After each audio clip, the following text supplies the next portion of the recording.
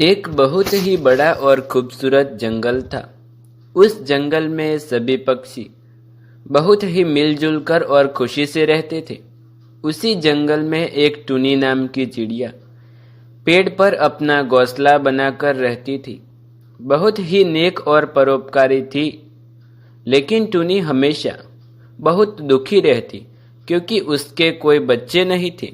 जब भी अंडे देती थी, वह अंडे फूट जाते या उसमें से मरे हुए बच्चे बाहर निकलते थे। एक बार तो टुनी के अंडे को कालू नाग ने खा लिया। जब दूसरी बार टुनी चिड़िया 2 अंडे दिए। पूरी सावधानी के साथ टुनी ने अंडों का ख्याल रखा। अंडों को संभालने के चक्कर में खाना पीना भी भूल जाती। कभी कभी बैठे बैठे सो जाती थी। अब मैं अपने अंडों का ख्याल अपनी जान से भी बढ़कर रखूंगी। अब तक सबने मेरा मजाक उड़ाया है, इस बार मैं किसी को मौका नहीं दूंगी। अरे टुनी, यह क्या हाल बना लिया है अपना? कितनी दुबली पतली हो गई हो, खाने पीने का भी ध्यान नहीं रहता।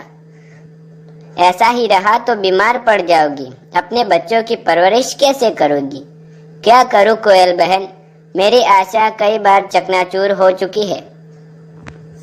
कहते हैं दूध की जली बिल्ली छाछ भी फूंक कर पीती है। मुझे बड़ी चिंता रहती है। जब तक अंडों से बच्चे बाहर नहीं निकल आते, तब तक मुझे चैन नहीं मिलेगा। चिड़िया का इंतजार समाप्त हुआ। एक अंडे में से प्यारा और खूबसूरत बच्चा बाहर आ गया। वह बिल्कुल टुनी चिड़िया के जैसा था। टुनी पहले बच्चे को देखकर खुशी से झूम उठी। ओ मेरे प्यारे बच्चे, मुझे तुम्हारा ही इंतजार था। तुम सचमुच बहुत प्यारे हो। बाद में टुनी चिड़िया की नजर दूसरे अंडे पर पड़ी। दूसरा अंडा भी हिल रहा था। बाहर आ जाओ, मैंने बहुत इंतजार किया है तुम्हारा। अरे वाह, यह तो प्यारी प्यारी गुड़िया है। भैया के साथ बहना भी आ गई। यह मेरी प्यारी रानू है। टुनी की खुशी दोनों को बच्चों को देखकर बहुत ज्यादा बढ़ गई। अपने बच्चों को बहुत प्यार से पालने लगी। जब टुनी ने रानू को ध्यान से देखा, टुनी को लगा कि मेरी रानू बहुत ही कमजोर है। वह अपने पैरों पर खड़ी नहीं हो पाती थी। हे भगवान, मेरी रानू को क्या हो गया है? यह तो बहुत कमजोर है। इसके दोनों पैर कमजोर है। मेरे बच्चे का भविष्य अब क्या होगा? रानू बेटे, हिम्मत करके खड़ी हो जाओ। रानू ने कोशिश की, लेकिन वह मुंह के बल गिर पड़ी। वह दोबारा कोशिश करती है, लेकिन उसमें भी नाकामयाब रही। मम्मा, मुझसे नहीं हो पाएगा। मैं कभी नहीं उड़ पाऊंगी। नहीं रानू, ऐसा नहीं कहते। तुम्हारा पूरा इलाज करवाऊंगी, खड़े होना सिखाऊंगी, उड़ना सिखाऊंगी। एक बात याद रखना, कभी भी हिम्मत मत हारना। वहाँ कबूतर आ जाता है। क्या हुआ टुनी बहन, आज आपका चेहरा उतरा हुआ क्यों है? मैं रानू चिड़िया को हिम्मत बढ़ा रही हूँ। पता नहीं इसका इलाज कैसे कराऊं। अरे टुनी बहन, हमारे जंगल के वैदराज तोते के पास इसका इलाज करवाओ। भगवान ने चाहा तो ठीक हो जाएगा। फिर टुनी चिड़िया ने वैदराज तोते से संपर्क किया और तोता वहां आकर रानू का इलाज करने लगा। टुनी, तुम्हारी बेटी रानू के पैर बहुत ही कमजोर है और इसके पंखों में भी कमजोरी है। दवा और कसरत एक साथ चलेगी। ठीक होने में समय लगेगा। तोते भाई, अगर मेरी बेटी ठीक हो गई तो मैं समझूंगी मेरा जीवन धन्य हो गया। भगवान पर भरोसा रखो, सब ठीक हो जाएगा। फिर टुनी चिड़िया के बच्चे बड़े हो गए। टुनी का बेटा बबलू अब उड़ने लगा था, लेकिन रानू चिड़िया घोंसले में ही पड़ी रहती थी। एक दिन कुछ तोते बबलू को बुलाने के लिए आते हैं। वहां पर एक तोते ने बबलू की ओर इशारा किया। अरे बबलू, यह तुम्हारी बहन है, इसे भी हमारे साथ लेकर चलो। यह उड़ नहीं सकती, इसे अपने साथ कैसे ले जाएं? इसके पैर और पंख कमजोर है। बेचारी, सबको उड़ता हुआ देख इसे भी बहुत दुख होता होगा। टुनी चिड़िया बीच में ही बोल पड़ी। मेरी रानू बेचारी नहीं है, समय आने पर यह भी आसमान में उड़ेगी। फिर सभी तोते बबलू को लेकर चले गए। रानू देखती रह गई। उसकी आंखों में आंसू थे। माँ, इतने दिनों से मेरा इलाज चल रहा है, लेकिन कोई लाभ नहीं मिल रहा। ईश्वर ने मुझे दंड दिया है। नहीं बेटा, ऐसा नहीं कहते। तुमने जब कोई गुनाह ही नहीं किया तो डरना कैसा। तुम लगन और मेहनत से पीछे मत हटना। एक दिन ऐसा आएगा कि तुम ऊंची उड़ान लोगी और सब देखते रह जाएंगे। टुनी रानू को रोज कसरत कराती। अब रानू धीरे धीरे चलने लगी। वह हल्का फुल्का उड़ भी लेती थी।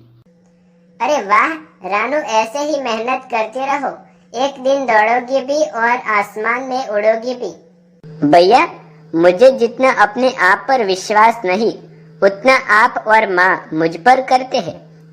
आप दोनों के विश्वास पर खरा उतरना चाहूंगी मैं। एक दिन रानू उड़ने की कोशिश कर रही थी। उसे देखकर कबूतर और तोता हंसने लगे। रानू को देखो, ठीक से चलना आता नहीं और उड़ने चली। यह तो वही बात हुई, कौवा चला हंस की चाल। अब क्या होगा इसका हाल। किसी की कमजोरी का मजाक उड़ाने वालों, अगर पुष्प नहीं बन सकते तो कांटे मत बनो। दूसरों पर हंसने वालों का हश्र बहुत बुरा होता है। देख लेना, एक दिन मेरी बहन रानू तुम सबसे ज्यादा उड़ेगी। वह दिन आएगा कब, हम भी देखना चाहेंगे।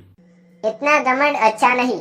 आने वाली पूर्णिमा के दिन उड़ान के लिए तैयार रहना। देखते हैं किसके पंखों में कितना दम है।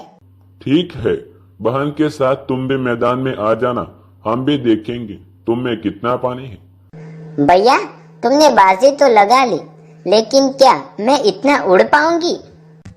हाँ बहना, देख लेना, तुम अच्छी तरह से उड़ पाओगे। संघर्ष जारी रहे, उड़ने की तैयारी करो। उस दिन से रानू ने उड़ने की कसरत और तेजी से कर दी। वह कुछ देर हवा में उड़ती रहती। टुनी चिड़िया उसके अंदर साहस भरती। साथ ही साथ वेद तोते बाई भी रानू का हौसला बढ़ाए रखते। उसका आत्मविश्वास बढ़ने लगा। पूर्णिमा का दिन आ गया। जिन लोगों ने शर्त लगाई थी वह उड़ने के लिए मैदान में तैयार हो गए। गिनती के बाद सभी एक साथ उड़ने लगे।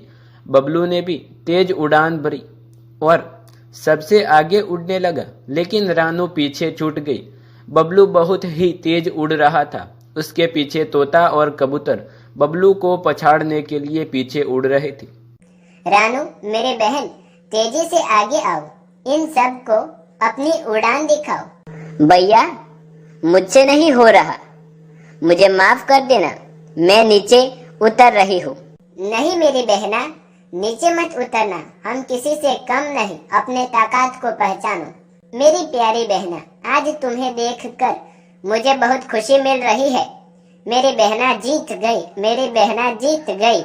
वहां कबूतर और तोता बहुत पीछे छूट चुके थे।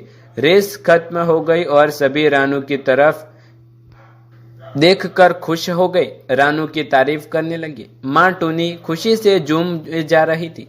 बबलू अपने आप को बड़ा भाग्यशाली मान रहा था। मुझे मेरी बहन पर गर्व है।